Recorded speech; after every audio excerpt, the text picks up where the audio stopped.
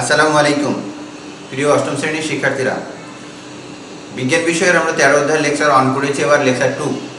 এখানে লেকচার 2 এর মধ্যে যে টপিকগুলি রয়েছে খাদ্যপ্রাণ, vitamin, vitamin A, vitamin B complex, vitamin C, vitamin D, vitamin E, vitamin K, খনিজ লবণ, অভাবজনিত রোগ। আসলে এখানে আমরা রোগগুলি করব, তারপরে আবার আলাদা করে অভাবজনিত রোগ একটা টপিক, তারপর হচ্ছে রাফেজ বা আর্যযুক্ত খাবার, এগুলি শেষ করব।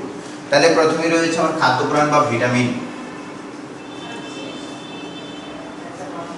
খাদ্যপ্রাণ বা ভিটামিন,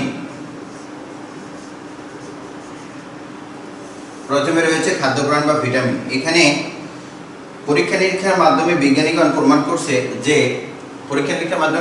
প্রমাণ করেন যে খাদ্যের শর্করা, আমিষ, স্নেহ, খনিজ লবণ ছাড়াও কতগুলো সূক্ষ্ম উপাদানের প্রয়োজন হয়। ভালো মতো বোঝার চেষ্টা করব। শর্করা, আমিষ, স্নেহ, এগুলো তো আমরা আগে পড়েছি। আর একটা রয়েছে খনিজ লবণ। এই 4টা উপাদান ব্যতীত কিছু সূক্ষ্ম উপাদানের প্রয়োজন হয়। এই সূক্ষ্ম উপাদানগুলো কি আমরা একটু দেখার চেষ্টা করব। খাদ্যের সামান্য পরিমাণ জৈব রাসায়নিক পদার্থকে ভিটামিন বলে। সামান্য পরিমাণ জৈব রাসায়নিক পদার্থকে, তার মানে খাদ্যের মধ্যে সামান্য পরিমাণ জৈব রাসায়নিক পদার্থ, অর্থাৎ খাদ্যে সামান্য পরিমাণ জৈব রাসায়নিক পদার্থ, সামান্য পরিমাণ জৈব রাসায়নিক পদার্থ। ভালো মতো বোঝার চেষ্টা করব। খাদ্যে সামান্য পরিমাণ জৈব রাসায়নিক পদার্থকে বলা হয় ভিটামিন। আর এই ভিটামিনগুলি কোনোটা দ্রবীভূত হয় পানিতে, আবার কোনোটা দ্রবীভূত হয় না। এই দ্রবণীয়তার উপর ভিত্তি করে এগুলোকে 2টা ভাগে ভাগ করা যায়। তো টোটাল ভাগ করার জন্য আমরা বলতেই পারি, যেমন কিছু পদার্থ, কিছু পদার্থ স্নেহ পদার্থের মধ্যে দ্রবীভূত হয়। স্নেহ পদার্থের মধ্যে দ্রবীভূত কি হয়? 1 নম্বরে হচ্ছে ভিটামিন এ, ডি, ই, কে। খুবই গুরুত্বের সহিত এটা মনে রাখবো। স্নেহ পদার্থের দ্রবীভূত 4টা ভিটামিন। একটা vitamin A, vitamin D, vitamin E, vitamin A, K, এগুলো স্নেহ পদার্থে দ্রবীভূত হয়। আর 2 নম্বর হচ্ছে পানিতে দ্রবীভূত হয়। পানিতে দ্রবীভূত হয় ঠিক এরকমই 2টা। পানিতে দ্রবণীয় vitamin B complex, vitamin B complex,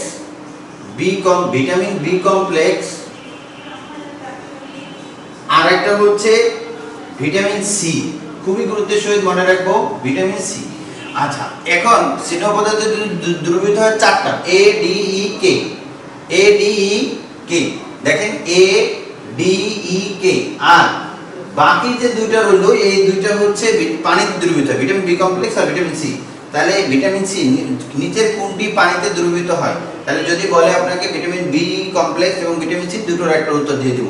তাহলে পানিতে দ্রবীভূত হয় আর স্নেহ পদার্থে দ্রবীভূত হয়, আমরা বুঝেই ফেললাম। পানিতে দ্রবণীয় আর কি স্নেহ পদার্থে দ্রবণীয়। স্নেহ পদার্থ হচ্ছে 4টা, পানিতে হচ্ছে 2টা। টোটাল এখানে আমার দেখেন এখানে লেখার এখানে 1 2 3 4 5 6টা ভিটামিন লিখেছি। এ, বি কমপ্লেক্স, সি, ডি, ই, কে। এর মধ্যে 4টা হচ্ছে স্নেহ পদার্থে দ্রবীভূত হয়, এ, ডি, ই, কে। আর 2টা বি কমপ্লেক্স আর সি, অর্থাৎ বি আর সি, এই 2টা হচ্ছে পানিতে দ্রবীভূত হয়। এখন একদিক থেকে আমরা ভিটামিনগুলো একটু পড়ার চেষ্টা করব। প্রথমে আমরা ভিটামিন এ নিয়ে আলোচনা করব। তাহলে ভিটামিন এ নিয়ে যদি আলোচনা করি, তাহলে ভিটামিন এ সাধারণত ক্যারোটিন সমৃদ্ধ শাকসবজিতে পাওয়া যায়। এই ক্যারোটিন সমৃদ্ধ শাকসবজিটা কি? একটা হচ্ছে লাল শাক, পুঁই শাক, পালং শাক, এগুলো হচ্ছে ক্যারোটিন সমৃদ্ধ শাকসবজি। আর এগুলোর জন্য রোগটা কি হয়? রোগটা হয় হচ্ছে রাতকানা রোগ হয়। রাতকানা সাধারণ ভিটামিন এ এর জন্য আমরা ভালো মতো মনে রাখবো, রাতকানা রোগ হয়, জেরাপ্থ্যালমিয়া হয়। এই জেরাপ্থ্যালমিয়াটা হয় সাধারণত, জেরাপ্থ্যালমিয়াটা কি? জেরাপ্থ্যালমিয়া হচ্ছে কর্নিয়া, এই কর্নিয়া হয়, অর্থাৎ চোখের কর্নিয়াটা শুকিয়ে যায়। এরপর এছাড়াও কিছু জিনিস হতে পারে, যেমন একটা হচ্ছে সর্দি হতে পারে, কাশি হতে পারে, ইনফ্লুয়েঞ্জা হতে পারে। এক রাতকানা বা জেরাপ্থ্যালমিয়াটা কি? ভালো মতো মনে রাখবো, এটা কর্নিয়ার একটা রোগ, চোখের কর্নিয়ার একটা রোগ। জেরাপ্থ্যালমিয়াটা কর্নিয়ার একটা রোগ, চোখটা শুকিয়ে যায়। এই হচ্ছে রোগ। ভিটামিন এ নিয়ে আমরা যতটুকু আলোচনা, ভিটামিন এ খুবই গুরুত্ব মনে রাখবো।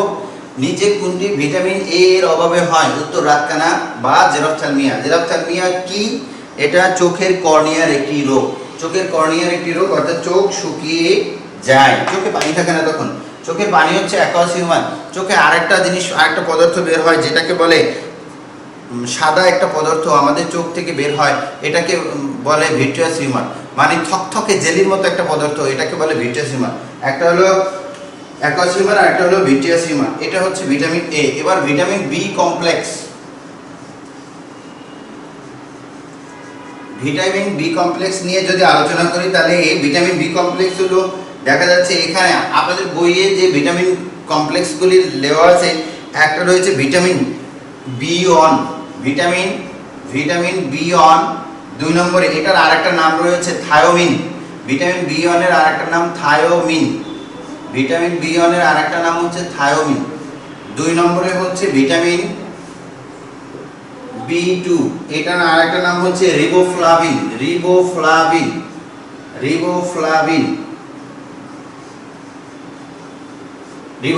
খুবই মনে রাখবো। ভিটামিন বি এর আরেকটা নাম হচ্ছে থায়োমিন, আর ভিটামিন বি টু এর আরেকটা নাম হচ্ছে রিবোফ্লাভিন। সাধারণত রিবোফ্লাভিনটা মুখে ঘাটা হলে আমরা যে ঔষধটা খাই, রিবোফ্লাভিন ঔষধ, রিবোসন টাইপের এরকম ঔষধ আমরা অনেকগুলি খেয়ে থাকি। আচ্ছা, এবার ভিটামিন B6, এটা হচ্ছে পাইরোডক্সিন, এটার নাম আরেকটা নাম হচ্ছে পাইরিডক্সিন। ভিটামিন B6 এর আরেকটা নাম হচ্ছে পাইরিডক্সিন। এবার হচ্ছে ভিটামিন B12, এটা হলো সায়ানোকোবালামিন। এই ভিটামিন কোবালামিন, এই ভিটামিন B12 এর অভাবে সাধারণত লোহিত রক্তকণিকা বৃদ্ধি, শ্বেত রক্তকণিকা অনুচক্রিকার সংখ্যা বৃদ্ধি পায়। এটার কারণে ভিটামিন B12 এর কারণে হচ্ছে লোহিত রক্তকণিকা বৃদ্ধি পায়, শ্বেত রক্তকণিকা অনুচক্রিকার সংখ্যাও বৃদ্ধি পায়। তার মানে ভিটামিন বি কমপ্লেক্স হচ্ছে ভিটামিন B1, B2, B6 আর B12। এটা নিয়ে আলোচনা করলাম। এখানে হচ্ছে B1 মানে এর আরেকটা হচ্ছে থায়োমিন, vitamin B2 riboflavin, vitamin B6 pyridoxine, vitamin B12 হচ্ছে সায়ানোকোবালামিন। এই ভিটামিন B12 এর অভাবে, মানে ভিটামিন 12 এর জন্য সাধারণত লোহিত রক্তকণিকা বৃদ্ধি পায়, শ্বেত রক্তকণিকা অনুচক্রিকার সংখ্যাও বৃদ্ধি পায়। এই হচ্ছে ভিটামিন বি কমপ্লেক্স। এবার হচ্ছে ভিটামিন সি। ভিটামিন সি হচ্ছে, আমরা দুইটা নিয়ে আলোচনা করেছিলাম, বি কমপ্লেক্স, আর এই দুইটা সাধারণত পানিতে দ্রবীভূত হয়, তার মানে সিটাও পানিতে দ্রবীভূত হয়। আর একটা খুবই গুরুত্বপূর্ণ কথা, ভিটামিন সি হচ্ছে যেই ভিটামিনটা শরীরের মধ্যে জমা থাকে না। আমাদের সমস্ত ভিটামিন শরীরের মধ্যে জমা থাকে, কিন্তু ভিটামিন সি শরীরে জমা থাকে না। তাহলে ভিটামিন সি শরীরে জমা থাকে না, 1 নম্বরে। আর এগুলো সাধারণত টক জাতীয় ফল থেকে পাওয়া যায়, এটা আগেও বলেছি, টক জাতীয় ফল থেকে পাওয়া যায়, যেমন আমলকি, আনারস, পেয়ারা, লেবু, কমলা লেবু ইত্যাদি থেকে আমরা পাওয়া যায়। তবে এটা রোগগুলি কি হয়, খুবই গুরুত্বের সহিত একটা রোগের কথা মনে রাখবো। এই রোগটা হচ্ছে স্ক্যারবি রোগ। বলেন কি রোগ? স্ক্যারবি রোগ। একটা হচ্ছে স্ক্যারবি। স্ক্যারবির মানেটা কি? স্ক্যারবি হচ্ছে দাঁতের মাড়ি ফুলে যায়, আর দাঁতের গোড়া আলগা হয়ে যায়, দাঁতটা খুব সহজে পড়ে যেতে পারে, আর পর রক্ত পড়ে, এনামেলটা উঠে যায়। দাঁতের উপরে একটা পর্দা থাকে, একটা পর্দাটার নাম হচ্ছে এনামেল, এই এনামেলটা উঠে যেতে পারে। এটা হচ্ছে ভিটামিন সি এর জন্য হয় স্ক্যারবি, আর রোগটার নাম মনে রাখবো, স্ক্যারবি হয়। এরপর হচ্ছে ভিটামিন ডি। ভিটামিন ডিটা মনে রাখবো, সাধারণত ভিটামিন ডি, এখন এ বি সি হয়ে গেল, এবার ভিটামিন ডি। তাহলে ভিটামিন ডি অস্থি ও দাঁতের কাঠামো গঠন করে। আরেকটা হচ্ছে অন্ত্রে ক্যালসিয়াম শোষণ বাড়ায়। অন্ত্রে মানে পাকস্থলীতে ক্যালসিয়াম শোষণ বাড়ায়, রক্তকরবের ক্যালসিয়াম ও ফসফরাসের মাত্রা নিয়ন্ত্রণ করে। আর এটার জন্য তাহলে 3টা কাজ করে, আমরা খুবই গুরুত্বের সহিত মনে রাখবো। 1 নম্বর হচ্ছে অস্থি ও দাঁতের কাঠামো গঠন করে। ডি, অস্থি ও দাঁতের, অস্থি মানে হাড়ের এবং দাঁতের কাঠামো গঠন করে। অন্ত্রে ক্যালসিয়াম শোষণ বাড়ায়, আর রক্ত প্রবাহে ক্যালসিয়াম ও ফসফরাসের মাত্রা নিয়ন্ত্রণ করে। রক্ত প্রবাহে ক্যালসিয়াম ও ফসফরাসের মাত্রা নিয়ন্ত্রণ করে। এবার রোগগুলো ভিটামিন ডি এর জন্য সাধারণত লৌহের শোষণ ও সঞ্চয়, হিমোগ্লোবিন তৈরিতে বিঘ্ন ঘটায়। এটা হিমোগ্লোবিন হচ্ছে রক্তে হিমোগ্লোবিন, রক্তে লাল বর্ণ তৈরি করার জন্য একটা উপাদান, রাসায়নিক উপাদান হচ্ছে হিমোগ্লোবিন। হিমোগ্লোবিনটা কি? রক্তে হিমোগ্লোবিন যদি না থাকে তাহলে তার রক্তটা লাল হয় না। রক্ত লাল হওয়ার জন্য তার দরকার হয় হিমোগ্লোবিন। তার মানে এই হিমোগ্লোবিন তৈরিতে বিঘ্ন ঘটায়। এটা বিঘ্ন ঘটায় যদি ভিটামিন ডি আপনার শরীরে কম থাকে তাহলে এই হিমোগ্লোবিন তৈরিতে বিঘ্ন ঘটাবে। এছাড়া আরো কিছু রোগ হয়, যেমন একটা রোগ হয় রিকেটস রোগ। এই রিকেটস রোগটা মানে এটার মানেটা কি? এটা হচ্ছে সাধারণত হাড় বাঁকা হয়ে যায়, হাড় নরম হয়। রিকেটস রোগটা শিশুদের হয়, সাধারণত এই রিকেটস রোগটা হয় শিশুদের। হাড় বাঁকা হয়, হাড় নরম হয়, হাড় বাঁকাও হয়, হাড় নরম হয়। তো এই জন্য রিকেটস রোগের জন্য হাড় বাঁকা এবং নরম হওয়ার জন্য তাহলে সাধারণত যেই শিশুরা বেশি বেশি ঘরের মধ্যে থাকে, অর্থাৎ যারা রোদে দৌড়ায় না, তার মানে আমাদের ভিটামিন ডি এর একটা উৎস রয়েছে সূর্যের আলো। তাহলে এই যে সূর্যের আলো, আগে বলা হতো সকালের সূর্যতে ভিটামিন ডি থাকে, কিন্তু এখন বলা হয় সারাদিনের সূর্যতেই ভিটামিন ডি থাকে। তো রিকেটস রোগটা সাধারণত, রিকেটস রোগ হলে ভিটামিন ডি এর অভাব হয়। তাহলে ভিটামিন ডি এর যদি অভাব হয় তাহলে আমরা কি করব? রোদে দৌড়বো। অর্থাৎ বেশি বেশি রোগ বাচ্চাদের যখন রিকেটস রোগটা দেখা দিবে বা তার আগে অন্তত কিছু সময় হলেও রোদে দৌড়াতে হবে বা রোদে নামা উচিত। এরপর আরেকটা রোগ রয়েছে অস্টিমেলেসিয়া, যেটাকে বয়স্কদের রিকেটস অস্টিমেলেসিয়া বলে থাকে। বয়স্কদের হচ্ছে অস্টিমেলেসিয়া বলে থাকে, আর বাচ্চাদের রিকেটস রোগ বলে থাকি। অস্টিমেলেসিয়া এখানেও অস্থিটা দুর্বল হয়, হাড়টা দুর্বল হয়ে যায়, অস্থিটা দুর্বল হয়। এরপর হচ্ছে এই গেল ভিটামিন ডি। এরপর ভিটামিন ই। তাহলে ভিটামিন ডি হচ্ছে স্নেহ পদার্থে দ্রবীভূত হয়। এরপর ভিটামিন ই। ভিটামিন ই নিয়ে আমাদের যতটুকু কথা তা হচ্ছে সাধারণত এই ভিটামিন ডি এর মধ্যে, ভিটামিন ডিটা পাওয়া যায় বেশিরভাগই ভোজ্য তেলে। কোথায় পাওয়া যায়? ভোজ্য তেলে ভিটামিন ইটা বেশি পাওয়া যায়। আর এটার জন্য এটা রোগের লক্ষণগুলি খুবই কম। ভিটামিন কেটা সবুজ শাকসবজি, লেটুস পাতা, ফুলকপি, বাঁধাকপি, ডিমের কুসুম, সয়াবিন তেল, যকৃৎ, এগুলোতে ভিটামিন কে পাওয়া যায়। ভিটামিন ই নিয়ে আলোচনা করলাম না। ভোজ্য তেল আর এর লক্ষণ কম, এই দুটো কথাই মনে রাখবো, লক্ষণ কম। এবার ভিটামিন কেটা পাবো কোথায় বলেন? ভিটামিন কে পাবো সাধারণত হচ্ছে সবুজ শাকসবজি, লেটুস পাতা, ফুলকপি, বাঁধাকপি, ডিমের কুসুম, সয়াবিন তেল, যকৃৎ।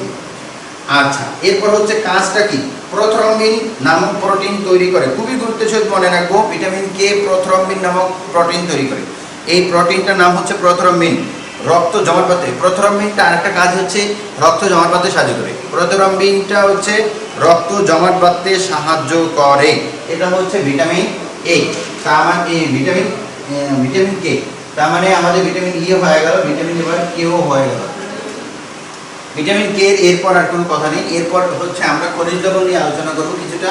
খনিজ লবণ সাধারণত আমাদের শরীরে প্রায় 27টা মৌলিক উপাদান রয়েছে, তার মধ্যে কিছু ধাতব উপাদান রয়েছে, যেমন ক্যালসিয়াম, ম্যাগনেসিয়াম, তারপরে sodium, potassium, phosphorus, chlorine, iodine, এই লৌহ, সালফার, ইটিসি, এইগুলি উপাদান রয়েছে।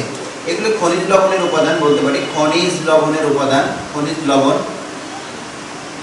তার মানে হচ্ছে, আর কাজ হচ্ছে কি?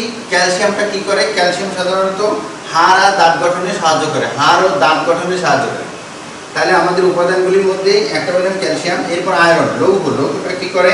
লোহিত রক্তকণিকা তৈরিতে সাহায্য করে, আর পটাশিয়ামটা হচ্ছে পেশি সংকোচনে সাহায্য করে। পটাশিয়াম সব থেকে বেশি পাওয়া যায় কই? পটাশিয়ামের একটা ভালো উৎস হচ্ছে ডাবের পানি। আমরা ডাবের পানিতে প্রচুর পরিমাণে পটাশিয়াম পেয়ে থাকি। সাধারণত আমরা এই খনিজ লবণগুলো, অর্থাৎ পটাশিয়ামটা পাওয়ার জন্য আমরা এইগুলি পড়বো। আর ক্যালসিয়াম, সোডিয়াম, এইগুলি পাওয়ার জন্য বেশি সামুদ্রিক মাছের মধ্যে এটা বেশি পাওয়া যায়, এগুলো আমরা খাওয়ার চেষ্টা করব। এরপরে আমাদের যে টপিকটা রয়েছে খনিজ লবণের অভাবজনিত রোগ, এই রোগগুলি আমরা একটু আগেই পড়েছি, রিকেটস পড়েছি। তবে আরেকটা রিকেটসটা যেহেতু পড়েই ফেলেছি, এরপর এই রিকেটসটা আর পড়বো না। এরপর হচ্ছে গলগণ্ড। এই গলগণ্ড রোগটার আর একটা নাম রয়েছে, এটাকে আমরা বলে থাকি ঘ্যাট। সাধারণত উত্তর অঞ্চলে এই রোগটা বেশি হয়। এই উত্তর অঞ্চলে যেমন রংপুর, দিনাজপুর, জামালপুর, ময়মনসিংহে এই রোগটা বেশি দেখা যায়। এই ঘ্যাগ রোগটা, এটাকে আমরা ঘ্যাগ বলে থাকি, ঘ্যাগ। গলগণ্ড রোগের আরেক নাম হচ্ছে ঘ্যাগ রোগ, ঘ্যাগ। এরপর হচ্ছে ক্রোটিনিজম।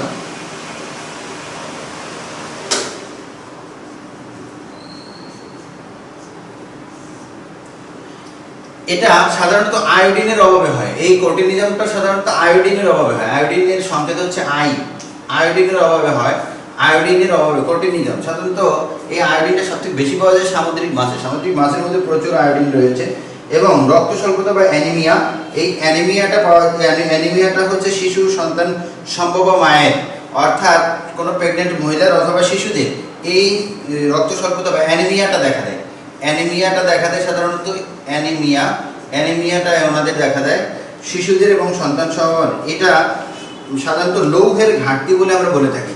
অ্যানিমিয়া যখনই হয় তখন আমরা বলে থাকি এটা লৌহের ঘাটতি। লৌহের ঘাটতি মানে আয়রনের ঘাটতি রয়েছে। এরপর হচ্ছে অভাবজনিত রোগ করলাম। এরপর এটার মধ্যে দেখেন আরেকটা টপিক রয়েছে, যেটা পানি। সাধারণত প্রাণীদেহে 60 থেকে 70 ভাগ পানি থাকে। প্রাণীদের 60 থেকে 70 পানি দেহের দ্রাবক রূপে কাজ করে। আমরা বলতেই পারি যে আমাদের শরীরে দ্রাবক কোনটি? উত্তর পানি। তখন আমরা বলবো দেহে পানির পরিমাণ যদি 20%-এর নিচে নেমে যায়, শতকরা কত ভাগ? 20 ভাগের নিচে নেমে যায়, তখন দেহের স্বাভাবিক কাজে বিঘ্ন ঘটে, অর্থাৎ তখন রোগী অচেতন হয়ে পড়তে পারে অথবা মৃত্যুও হতে পারে। অচেতন হইতে পারে অথবা মৃত্যু হতে পারে। তার মানে আমাদের শরীরে 60 থেকে 70 ভাগ হচ্ছে পানি, কিন্তু তার থেকে যদি দেখা যায় যে 20 ভাগ হয়ে গেছে, তখন শরীর তো অসুস্থ হবেই স্বাভাবিকভাবে। এরপর অজনিত রোগ গেল। এবার আরেকটা টপিক রয়েছে যেটাকে বলবো আমরা রাফেজ বা আঁশযুক্ত খাদ্য। রাফেজ এটা এমসিকিউ নয়, এটা হচ্ছে অনুধাবন কোশ্চেন, জ্ঞান বা অনুধাবন কোশ্চেন, জ্ঞানমূলক কোশ্চেন হিসেবে বেশি আসে। রাফেজ কাকে বলে? শস্যদানা, ফলমূল, সবজির অপাচ্য অংশকে রাফেজ বলে। আবার একটু শুনবো, শস্যদানা, ফলমূল, সবজি। তাহলে তিনটা, শস্যদানা, ফলমূল, সবজি, অপাচ্য অংশকে রাফেজ বলে। তাহলে এই রাফেজটা পাওয়া যায় সাধারণত আঁশযুক্ত খাবার থেকে। রাফেজটা পাওয়া যায় আঁশযুক্ত খাবার থেকে। এরপর হচ্ছে আমাদের সুষম খাদ্যের একটা তালিকা রয়েছে বইয়ের মধ্যে, এই তালিকাটা করব। তার আগে আরেকটা ব্যাপার হচ্ছে আমরা খাদ্যটা কিভাবে নির্বাচন করব। খাদ্যটা নির্বাচন করার জন্য আমাদের শরীরে দৈনিক 60 থেকে 70 ভাগ ক্যালোরি দরকার হবে। 70 ভাগ কত পার্সেন্ট ক্যালোরি? 60 থেকে 70 ভাগ শর্করা দরকার হবে, আর 10 ভাগ আমিষ, আর 30 থেকে 40 ভাগ হচ্ছে স্নেহ। এই কয়টা জিনিস আমরা একটু মেনটেন করে চলার চেষ্টা করব, তাহলে আমাদের শরীরে যে খাবারের চাহিদাটা পূরণ হয়ে যাবে। তো খাদ্য নির্বাচন এবং রাফেজ। আর একটা বললাম যেটা একটা তালিকা রয়েছে সুষম খাদ্যের তালিকা, সুষম খাদ্যের তালিকাটা আমরা পড়ার চেষ্টা করব।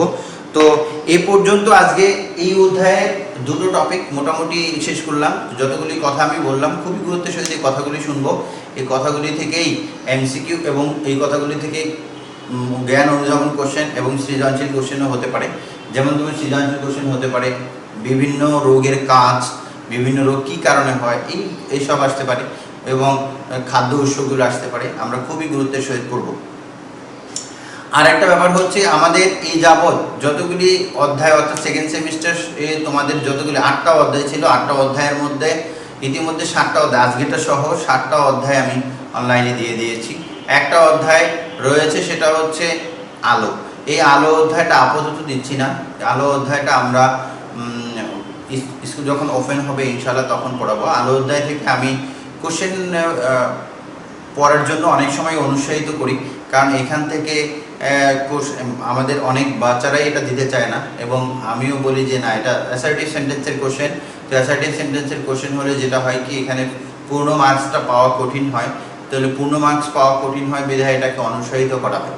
তো তারপরে যদি কেউ পড়তে চাও, তারপরেও এটা আমি পড়াবো অবশ্যই। এটা হচ্ছে তখন কিছু প্র্যাকটিক্যাল দেখাতে হবে। এই প্র্যাকটিক্যাল দেখানোর জন্য তোমাদের অবশ্যই অনলাইনে ক্লাস নয়, এটা সরাসরি ক্লাসটা হলে সুবিধা হয়। তো আমরা আশা রাখি স্কুলটা খুব দ্রুতই ওপেন হয়ে যাবে, এবং ওপেন হলে তখন আমরা এটা থেকে করে নেব। তবে এটা থেকে অবশ্যই এমসিকিউ আছে, তোমরা মানে পুরোটা একবার এ মাথা থেকে এ মাথা, মানে বইয়ের প্রথম মাথা থেকে শেষ দিকে একটু পড়ে আসবে, যাতে তোমাদের মানে অন্তত এমসিকিউ আসলেও তুমি এটা আনসার করতে পারো। ঠিক আছে? আর এই পর্যন্ত আমাদের 13 অধ্যায়ের লেকচার 1 এবং 2 যতটুকু যা করলাম অতীব গুরুত্বের সহিত বইটা খুলবা এবং খাতা কলম নিয়ে তারপরে মনোযোগ সহকারে আমি যেই কোশ্চেনগুলি বলেছি, যেই কোশ্চেনগুলি যতটুকু যা বলেছি অতটুকু কথা খুবই গুরুত্বের সহিত মনে রাখবো। এবং স্কুল ওপেন হলে অবশ্যই আবার এগুলো নিয়ে আলোচনা করার চেষ্টা করব। এর মধ্যে তোমরা বাসায় বসে অতীব সুন্দর করে পড়ার চেষ্টা করবা, অতীব সুন্দর করে পড়ার চেষ্টা করবা। আসলে মানে মহামারী হয়েছে ঠিক আছে, তোমার সব কিছু কিন্তু শেষ হয়ে যাচ্ছে না, অর্থাৎ পরীক্ষা দিতে হবে, বই তোমার পড়তে হবে, পড়ালেখা শেষ হবে না, বন্ধ হবে না। তো সুতরাং এটা নিয়ে গাফিলতি করার কোনো সুযোগ নেই। তো সুতরাং তুমি সবটাই সুন্দর করে করার চেষ্টা করবা। আজ এই পর্যন্তই। খোদা হাফেজ।